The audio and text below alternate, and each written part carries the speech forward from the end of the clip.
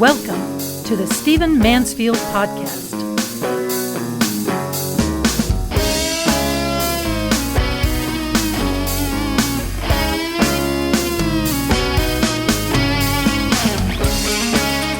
Hey there, welcome to the Stephen Mansfield Podcast. So great to have you with me. Let me say right up front that we've got some construction going on around our studios in Nashville, and if you hear a little background noise, it's not from here in the studio, it's from a whole lot of building that's going on in Nashville, Tennessee. By the way, you ought to visit us here in Nashville, Tennessee. Great things are happening. It's sort of a it city throughout the country. People are coming for all kinds of reasons, and so come check us out sometime. But because all of you and many of you are coming to Nashville, that's why there's so much construction. So a little bit of background noise. It won't bother us. We hope it doesn't bother you. I want to talk to you in this podcast about something that is very much of concern to me. Let me say, first of all, that I am definitely right of center, and I am a guy who is pro-business, pro-free market. We know, we should understand that products improve, that prices drop, that industries advance when there is a free market. We are not socialists. We don't want control of free markets. We don't want the state to own all the means of production. We want competition. We want business. We want startups. We want people free to start new businesses and compete in markets. We don't want restrictions against them. However, what's going on in our world today is that we have a great many monopolies. Now, what's a monopoly? A monopoly is when one or a few businesses, one or a few entities, companies, gain control almost of the entire market, almost of the entire sector. And what happens then is that you don't have competition. You often have agreements, collusion, price fixing, things of that nature that don't serve the customer well. I'm better served as a customer when people are competing for my business, when there are 50 cell phone companies, when there are 500 restaurants, when there are a whole lot of clothing stores, when there are a bunch of computer companies, and they're all trying to win Stephen Mansfield's business with good prices, quality products, great service, and just frankly making my life as easy as it can be. Now, to be concerned about monopolies does not make you a socialist.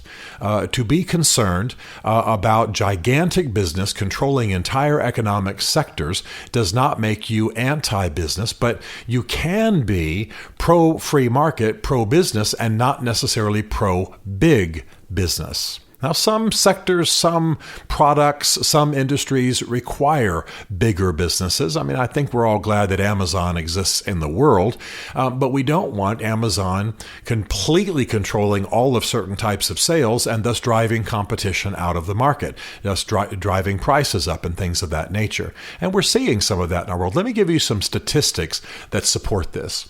Are you aware that 3 companies control about 80% of mobile telecoms? Now think about that. 80% is controlled by 3 companies. Are you aware that 3 companies control 95% of all credit cards? In other words, they issue, control, regulate, bill, and handle all credit cards. Only 3 companies. 4 companies control 70% of all airline flights in the United States. 4 companies. The source for that, by the way, is The Economist.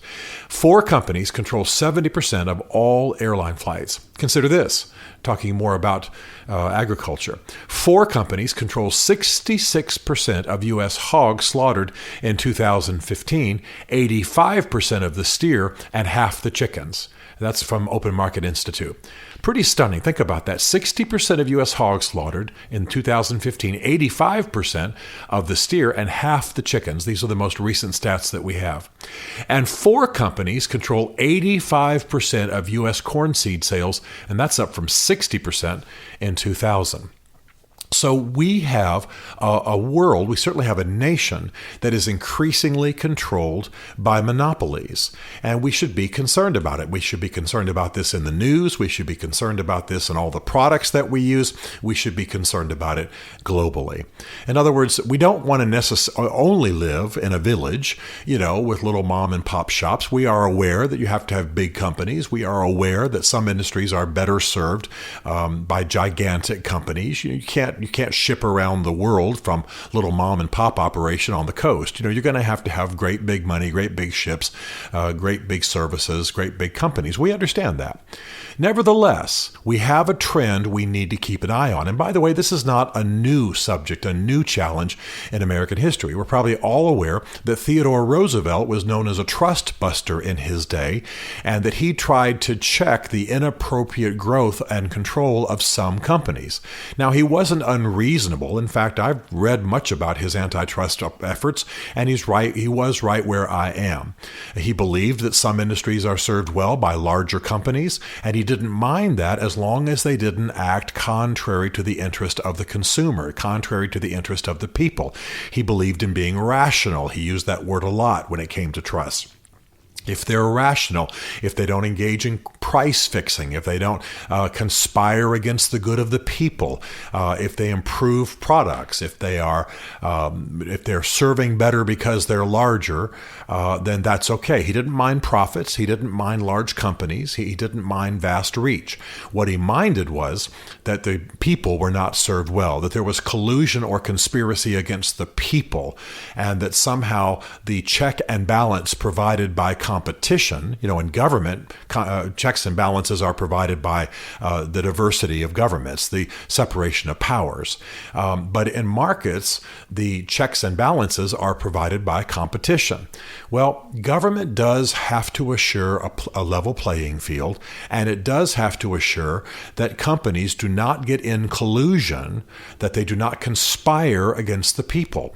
And you do have this to some extent. If you've got three CEOs of the three companies that control 90% of a given product, sitting in a room smoking cigars and deciding that they're going to set prices at a certain level artificially beyond what the market should naturally bear, well, that's actually a crime. That's collusion.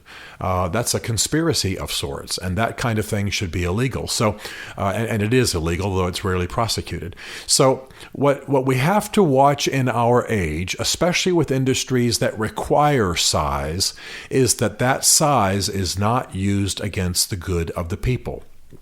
Cell phones are a classic example. Obviously, to have an effective cell phone company, you got to have a large firm to serve and do all that it is meant to do worldwide. But there's still a way for what they do to be monitored by government and by certain watchdog agencies so that we don't have collusion against the people, so that we don't have some sort of conspiracy against the good of the consumer. So we don't have price fixing, so we don't have cheap products, so we don't have guarantees not honored and maintained.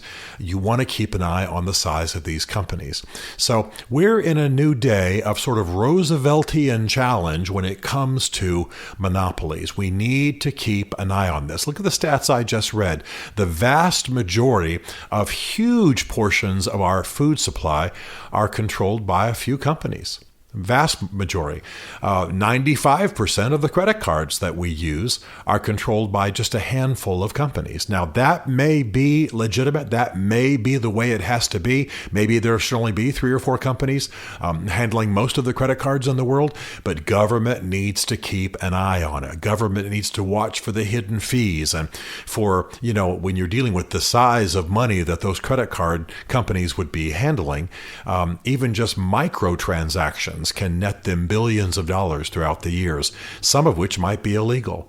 So I'm not a guy who wants to see government sticking its nose in every aspect of business. But when it comes to protecting the people, when it comes to protecting the good of the consumer, then government does have a legitimate role, and it ought to bare its teeth from time to time. So be aware of what's happening in our society. Be aware that while almost all Americans are in some way free market people, we like startups, we like entrepreneurship, we like competition, we like the fact there's not just one store at the mall. You know what I'm saying? We like the fact that movie theaters are competing for our attention and cell phone companies are competing for our business, and all of this serves us well. We have progressively, both because of the nature of industries and because of buyouts and some companies going belly up, we are seeing increased control in the hands of a few. And let me just close by saying our founding fathers feared this. They were, for the most part, Christian people. They came from a Judeo-Christian worldview. They believed that men were fallen. They believed that men had nobility in them, but they also had evil in their souls, and that the best way to check evils at a societal level was, again, as I've said, at the government level, allow checks and balances, allow a separation of powers. That's why you have a president able to veto. That's why you have a Congress able to override. That's why you have a Supreme Court keeping its eye only on the law and not getting reelected or political considerations, ruling on what the rest of government does and what the lower courts do. That's what you want. You want that separation of powers. You want the same thing when it comes to business. You want free markets. You want fair trade. You want level playing fields. But you don't want monopolies that get, quote unquote, too big to fail, or bigger than government in some cases, or that conspire against the people and the consumers. So that doesn't move you left politically. In fact, Theodore Roosevelt is the archetype of a conservative in our world. However, the fact is that we may not be served well in the future if this trend continues. It's one to watch. It's one to litigate against gently, wisely, not going anti-free market, but going anti-gigantic monopolies, and maybe having to do some trust busting, as they used to say during the Roosevelt era, but definitely keeping our eye on the good of the people. That is the primary role. And I'll tell you what, one of the reasons it's extremely important is that some of the people who make these decisions are people who have to get reelected, and elections take money, and many of these monopolies pay big into political coffers, and they do it through a variety of channels. So I'm not alleging massive conspiracies. I'm not saying all of your elected leaders are corrupt. I am saying, though, that we want competition, we want free markets, we want checks on monopolies, we want our politicians to be independent and not be able to be bought and be the representative from Sony or the representative from Bank of America. We don't want that kind of thing. And so we have to keep an eye on this and be vigilant in this, as we are in all other matters of freedom. Stephen Mansfield is a New York Times best-selling author, a popular speaker, and a frequent faith and culture commentator on Fox and CNN. His groundbreaking books on faith and society include The Faith of George W. Bush, The Search for God in Guinness, Mansfield's Book of Manly Men, and Lincoln's Battle with God. Learn more at stephenmansfield.tv.